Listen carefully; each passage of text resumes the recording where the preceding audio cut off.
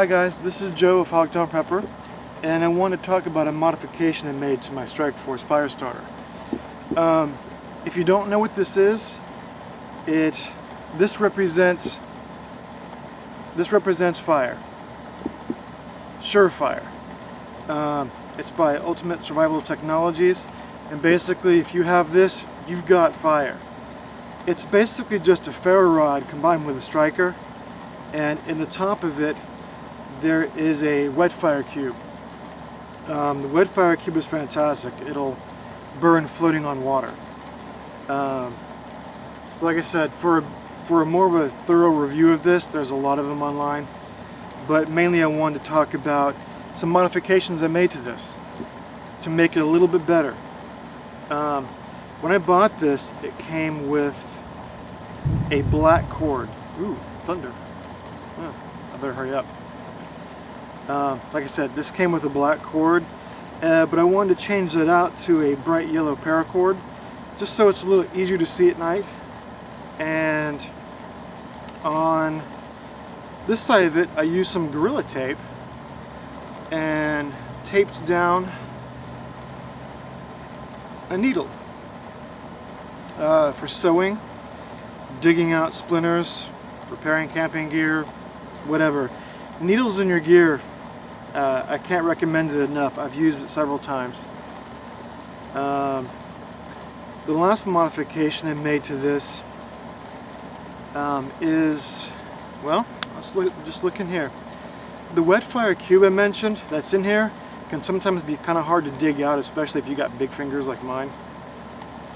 So what I did was, in the bottom of this, I put a tampon roughly cut in half with the string side. Stuff that down in there first, then put the wet fire cube in here, so you could pull the string from the tampon to get the wet fire cube out.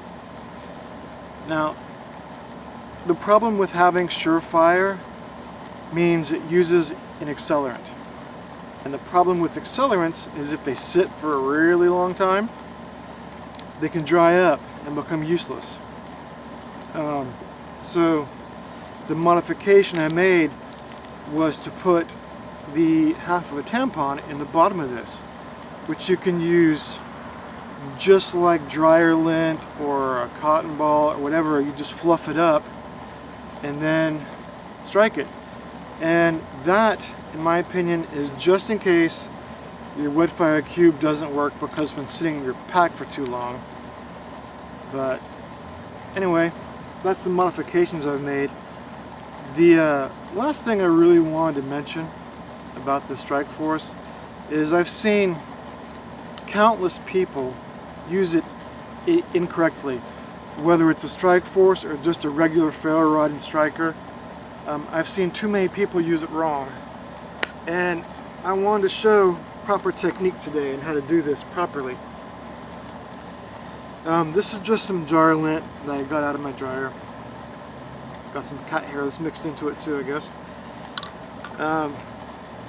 Too many people I've seen do this to get their fire going, which I guess is fine, but it's not truly right. But if you do this, you can smack your tinder aside. You don't want to do that. You want to concentrate your sparks. So it's best, instead of to do this, just lay this part down, put this under it, and then pull back, and you've got fire. Doing it that way helps to concentrate the sparks in one area.